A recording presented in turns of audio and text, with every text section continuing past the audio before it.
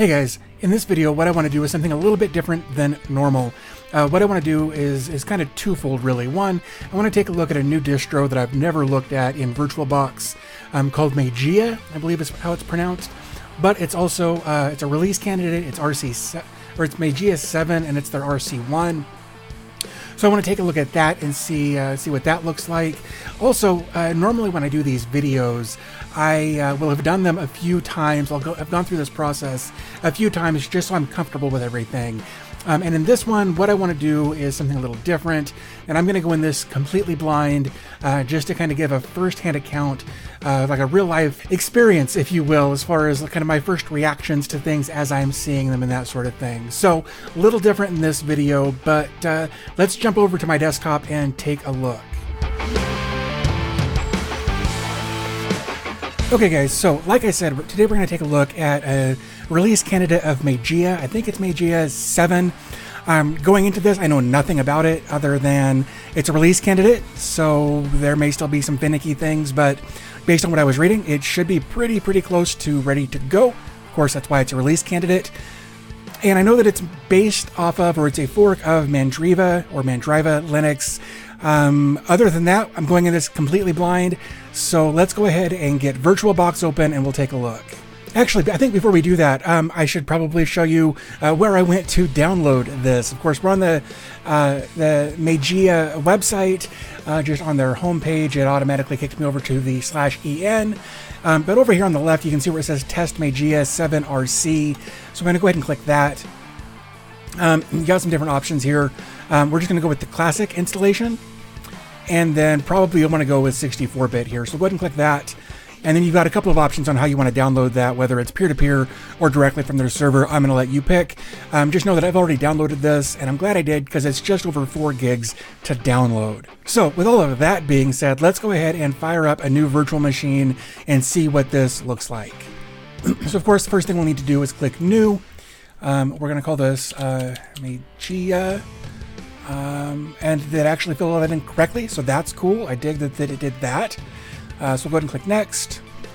I always like to give 4 gigs of memory. So we'll go ahead and do that. And we'll create the virtual hard disk now. We'll do the VDI, that's fine. We're going to do dynamically allocated. If you want to know why I like to do dynamically allocated, you can pause the video here and read this. It makes sense for the way I do things, so dynamically allocated it is. I'm going to go ahead and give it 50 gigs like I always do, and I'm going to click Create. So from here, I can click Settings. We'll go in here and we'll make a few changes to the system here. We've given it the memory, that's fine. The processor, we're going to bump up. We're going to give it 4 cores. The display, we're going to bump up to 128 megs. We're also going to change this from VMS VGA to VBox VGA. That should give us a better experience, at least while we're installing, if not in the entire scope of what we're doing here. Storage will actually come over to here under this IDE controller. We're going to go ahead and click on choose virtual disk. We'll go to my mass storage and we'll go to OS's, and let's see. Oh, you know what? Let's do it this way. Where is it? There it is. There it is. All right. So we've got that. So we can move on to, we can skip audio. Nothing needed to do there. We'll switch from NAT to bridged to give it an IP address that'll actually pull from our router, so we can access it on the network if we want to. And everything else is fine. So we'll go ahead and click OK. And then we'll click Start. And we'll keep our fingers crossed and hope for the best. Drag this up. It always puts it in the wrong window. Go full screen there. Cool. So we've got kind of a not a real big fan of these fonts. Just as a first impression, it looks kind of dated, a little old, but we'll go ahead and click on Install. So things seem to be moving, so that's a good sign. I think we're definitely on the right track to get this installed. Cool. So again, the installer looks a little dated. I don't know why. Maybe it's because it's a fork of something else. I'm not sure. It just looks dated to me, and that's obviously something they can fix, and it's not going to affect. I apologize. There's all kinds of traffic going on out here, and of course, it doesn't really impact the performance, or maybe it will. But the installer, I'm not going to let the installer be what decides what I think about the operating system. It's just, I feel like the installer looks a little dated. So go ahead and click next. Yes, I agree to all of that. That's fine. Okay, so it says it's doing some installing. Yep, US keyboard, that's fine. Yeah, we'll go ahead and use the free space. We'll just let it do what it needs to do. I'm not going to worry about any custom partitioning or any of that for right now.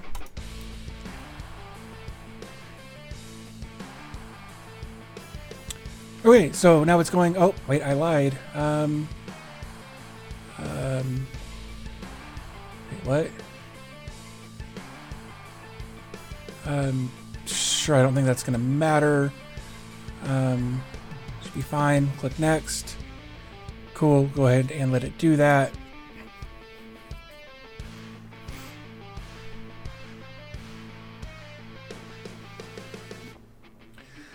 Okay, so they've got some different desktop environments to choose from. There's Plasma, GNOME, and Custom. I'm a big fan of GNOME, but I'm really curious about Plasma. For this video, I'm going to stick with GNOME. Again, I'm familiar with GNOME, so we'll stick with that. I may try this again later, or I may switch to Plasma later. But I'll stick with what I know for right now, and we'll go with GNOME. Click next.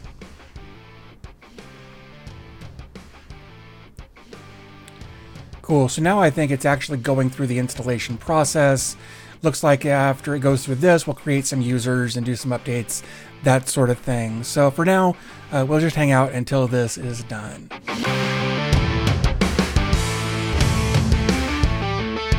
Seems like the longer I sit here, the bigger this number gets. It was 16 minutes a couple of minutes ago, so let's hope that doesn't become a trend. Hopefully this number starts going down more. Looks like it's starting to. We'll see. But it was 16. I'm confused about why it went up to 24 briefly, but who knows? We'll just give it some time.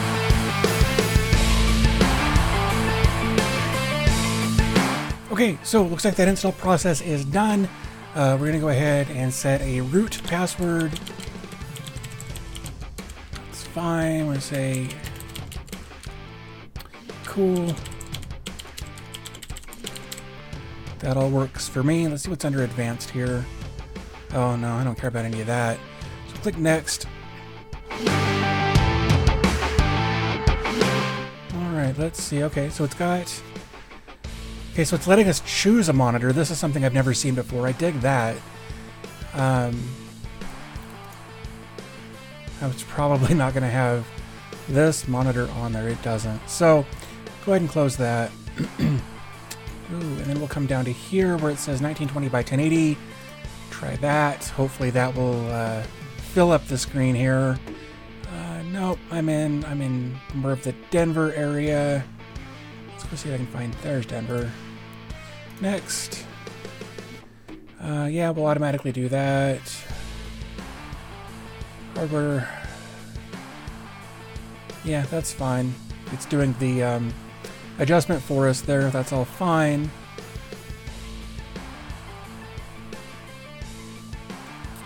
Yep, this all looks good. That all looks really good. So we'll go ahead and click next. Okay, so it's installing the bootloader. That's good. That will help us, boot when the time is necessary. Sure, let's go ahead and set up online media. That's an odd way to put that. Of course, we want to do that so we can install the updates, do that sort of thing. With this being VirtualBox, it should just work. Looks like it's okay. So it looks like it's running updates now, maybe. So that's cool. We'll just let that run for a while and see what it does. I will say the unfortunate thing here is I don't know how long this is going to take because each file, there it goes. Anyway, each file had its own progress bar instead of a global progress bar to give us some kind of an idea where it was in the process of doing all of that. It would have been nice to see that instead.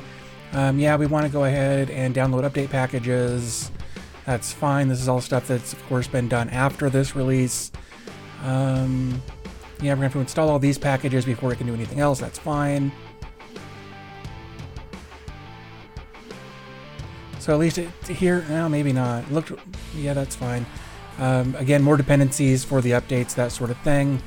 It's all fine. I think this is supposed to be more of a global, and this is the individual files.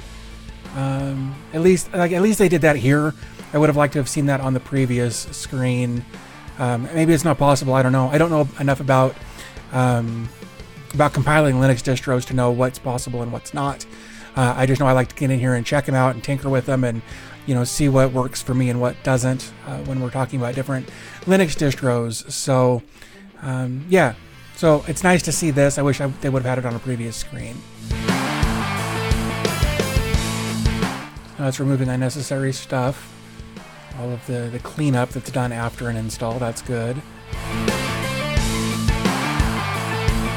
Installation's complete. Remove the installation media and press enter to reboot. Let's see if we can do that. Let's go into settings, storage. Cool. It actually removed that for us automatically. This is fairly common, like with Ubuntu and things like that. I have had OSs in the past not unmount that for me, so it's good to see that this does. So now I can just click reboot and it should just boot us right into the OS. Cool, so this is just our boot option. We'll just go ahead and click enter there. Hopefully that will, yeah, that should get us where we want to be.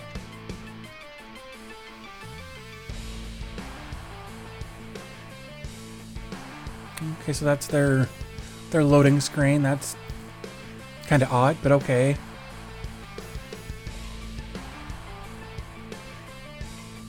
Little zigzag thing going on there. And of course, this is a first boot, so it will take longer than all of the boots that happen after this. First boot always takes longer, so we'll just hang out and give it a second and see what it does. Cool. All right.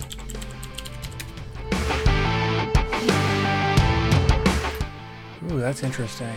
This reminds me a lot of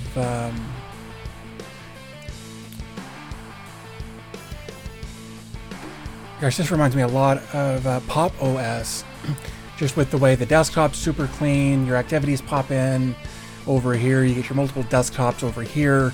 This looks a lot like Pop OS, and I really, really dig that. That was one of the big things that I liked about Pop OS, was just how if you're not doing anything, your desktop's empty, it's very clean. All your notifications and calendar events. When you set up, I wonder if there's a, oh, you know, it's online. Yeah, online accounts. Yeah, so maybe this is Mandriva. Maybe this is a Mandriva thing. I really dig this because when you connect your Google accounts, when you connect all of these different things, your calendar events will show up here automatically. You'll get little desktop notifications when you connect your online accounts to different things. I really, really do dig that. This looks amazing. Let's do terminal. Ooh, I kind of like the white. I wouldn't want to do a lot of terminal stuff here, but as just a quick thing, it looks good. Let's see if apt-get works.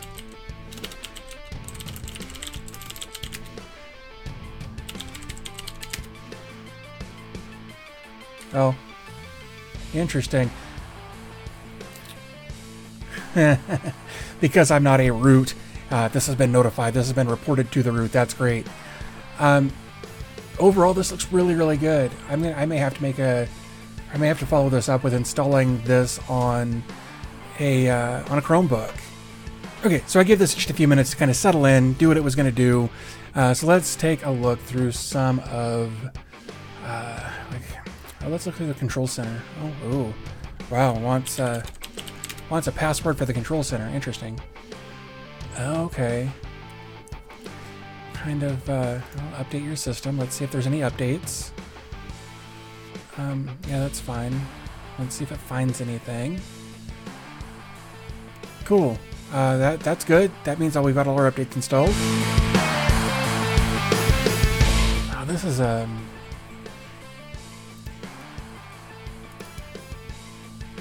interesting.